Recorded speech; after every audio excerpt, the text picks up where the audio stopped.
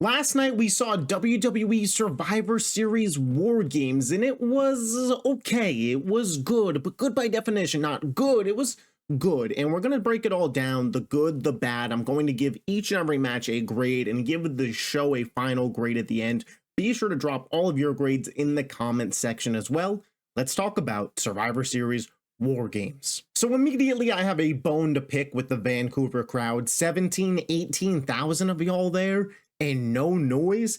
And listen, I get it. Not everything about the show was the most exciting show, but come on, 18,000 of y'all gotta make some fucking noise. So then WWE predictably started the show with the Women's War Games match, and I said it for weeks, I'll say it again, this should have been a 5-on-5 traditional Survivor Series elimination match. It would have worked way better for the stories and the competitors in this match. Nonetheless, they started off with a bad decision. Bayley versus Nia Jax as the first two. You want Nia Jax to be the 40-minute workhorse for the heel team? Hell, I've seen Bayley and Nia Jax fight for the last, 4-5 months? I'm over it at this point. This match should have started with Tiffany versus Bianca or Tiffany versus Io. Get some workhorse spots in there. The spot that they did with Bianca and Tiffany later in the match where they were both showing off their athleticism and their gymnastics ability, do that in the beginning. Like, what are we doing here? Second of all, if you are in a WWE War Games match and you are going to pick up a chair and you are going to swing said chair, you better swing said chair. I get it. If you don't want to do the spot, don't do the spot. But if you're going to do the spot in a fucking War Games match, it better look vicious. It better be war. And Nia Jax was swinging that chair like she was going to hit a kid with it. Like, honestly, if a kid at a meet and greet was like, give me a chair bump, and somebody was like, oh, haha, okay, and picked up a folding chair, that is what it looked like. It was bad. Then we had Naomi come in this match, and I love Naomi. She's cool. She's awesome. She's fun. She looked bad. She was bad in this match. It was a bad night for Naomi. It was a bad night for Nia Jax.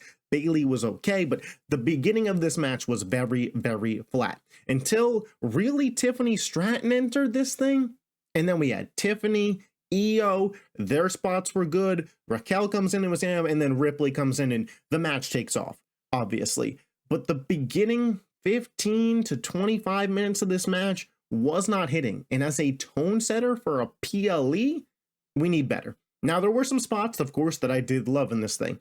I loved the, of course, Io moonsault with a trash can on her. Crazy. The Tiffany Swanton executed perfectly.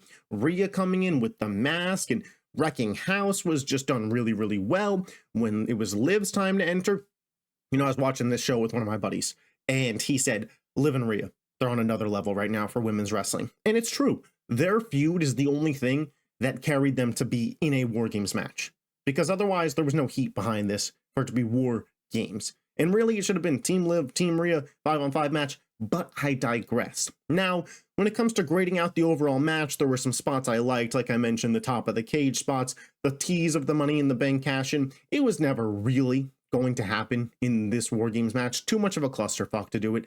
Again, it was fun. The fire extinguisher from Io, the ending of the Rhea Riptide to Liv through the table and the pin, well deserved. But overall, the match just never really fully picked up from the terrible start. And I don't know if you want to blame the competitors, the producer, a little bit of both, but ultimately it just never got its juices going for me. I'm giving this match a D. We then move into LA Knight versus Shinsuke Nakamura, and the match itself was fine. It was pretty good, 10 minutes, but a lot of people online had a beef with Nakamura winning this thing. And I don't know how many people I got to educate on this. I said it in the preview video. I'll say it here again. Nakamura was the right choice to win this match.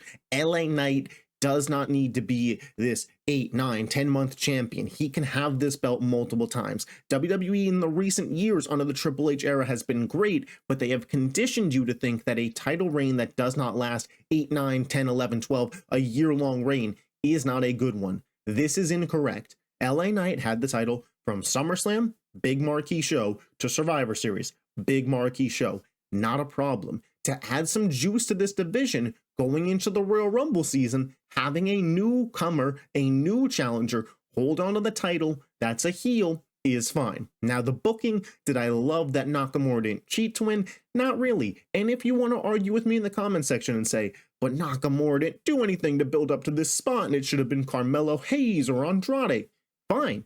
But my premise of LA Knight losing the title not being a bad thing still stands.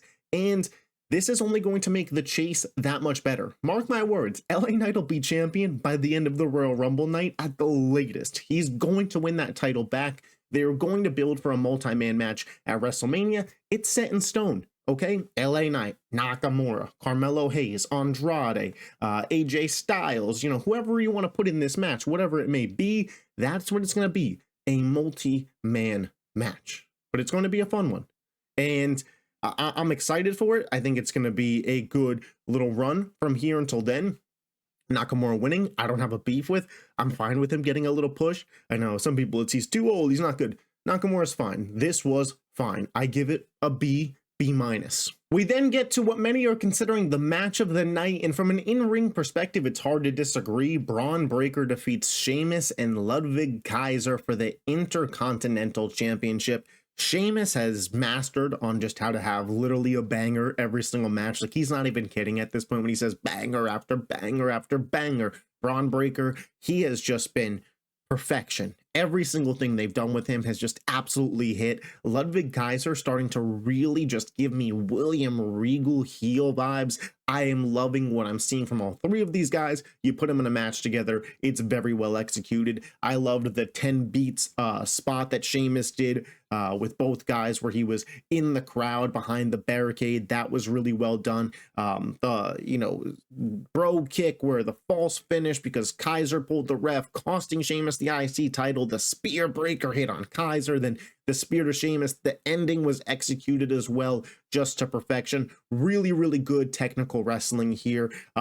I love the direction they're going in because Kaiser cost Sheamus the title. Sheamus had the match won, but Sheamus got pinned. So everybody still kind of has a case for why they should get the rematch. I think we're headed towards another like Donnie Burke street fight, Christmas street fight between Kaiser and Sheamus. Winner of that faces Breaker on the first Raw, and that'll be Sheamus where he gets his moment and goes into SummerSlam's, WrestleMania as the Intercontinental Champion. He feuds with either McIntyre or Bronson Reed, and Braun Breaker retires Bill Goldberg. That is where I envision this going, but this was a great stop along the way. I'm very happy that Braun Breaker especially got some PLE experience, add some validity to him, like on one of WWE's big four shows, the next guy.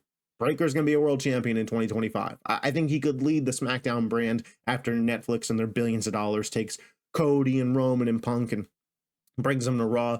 Braun Breaker could be the guy for SmackDown. You know, you remember how Monday Night Raw was, I guess like 07, where they had Cena, Edge, Orton, Triple H, Shawn Michaels. Braun Breaker could be what Batista was to SmackDown. That's what I'll tell you. Braun Breaker can be that damn good. This match was excellent. I give it an A-. Co-main event for the World Heavyweight Championship. Gunther defeats Damian Priest. This match was good, very predictable though, but I thought it was a good, you know, if somebody was to teach a lesson on how a wrestling match is supposed to go from point A to point B to point C to point D to the finish, this would be that match, right? Gunther and Priest, very clear. Priest babyface, Gunther heel, check. We have Priest get injured early on the shoulder tackle, have some storyline throughout the match. Check. Gunther, very, you know, dastardly heel. He is working that shoulder injury all throughout the match.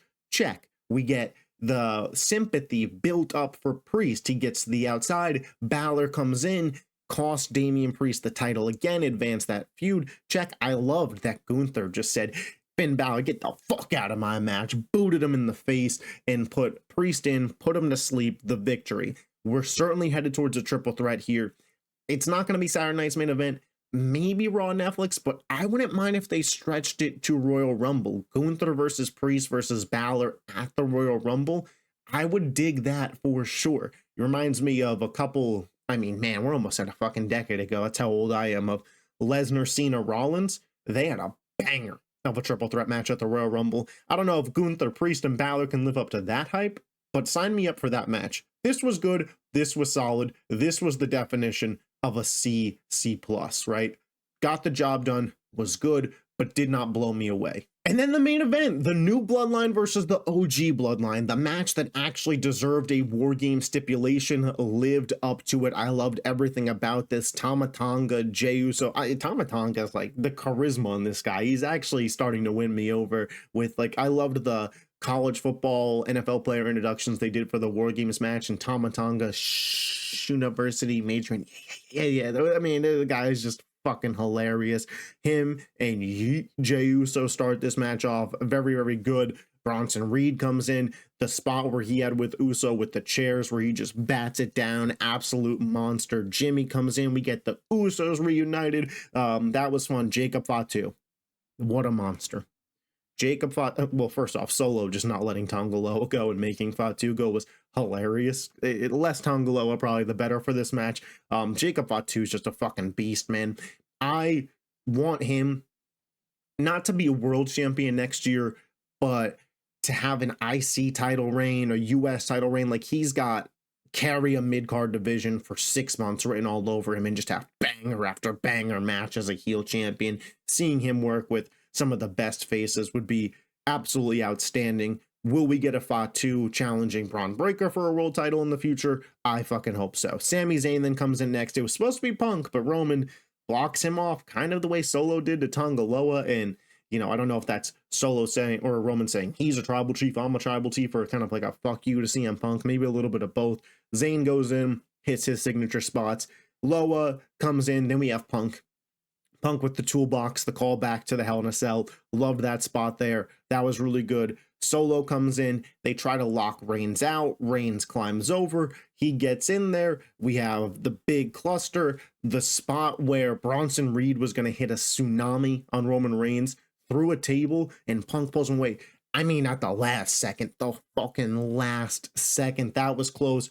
Fire spot there. Jimmy Uso hit a splash on, I believe, Jacob Fatu through a table off the top of the War Games thing. My one gripe was he didn't go for a pin after that. I know they were setting up the 5 guys surrounding Solo Sikoa spot to end the match, which was cool.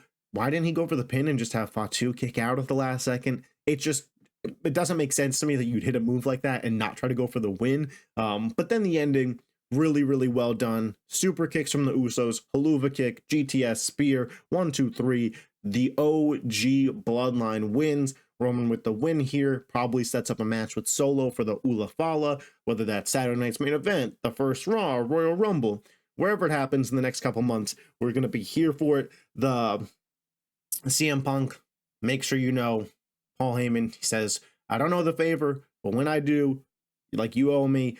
They really dragged out the ending to this. You know, cool, fine, but I would have, it was like a tease, but they got us. Like, I get it. It's kind of a Triple H, and I think who's ever in that chair thing to get the audience sometimes. And again, it just played into the show being good. It was okay. Nothing special happened. Everything kind of went the way we thought it would.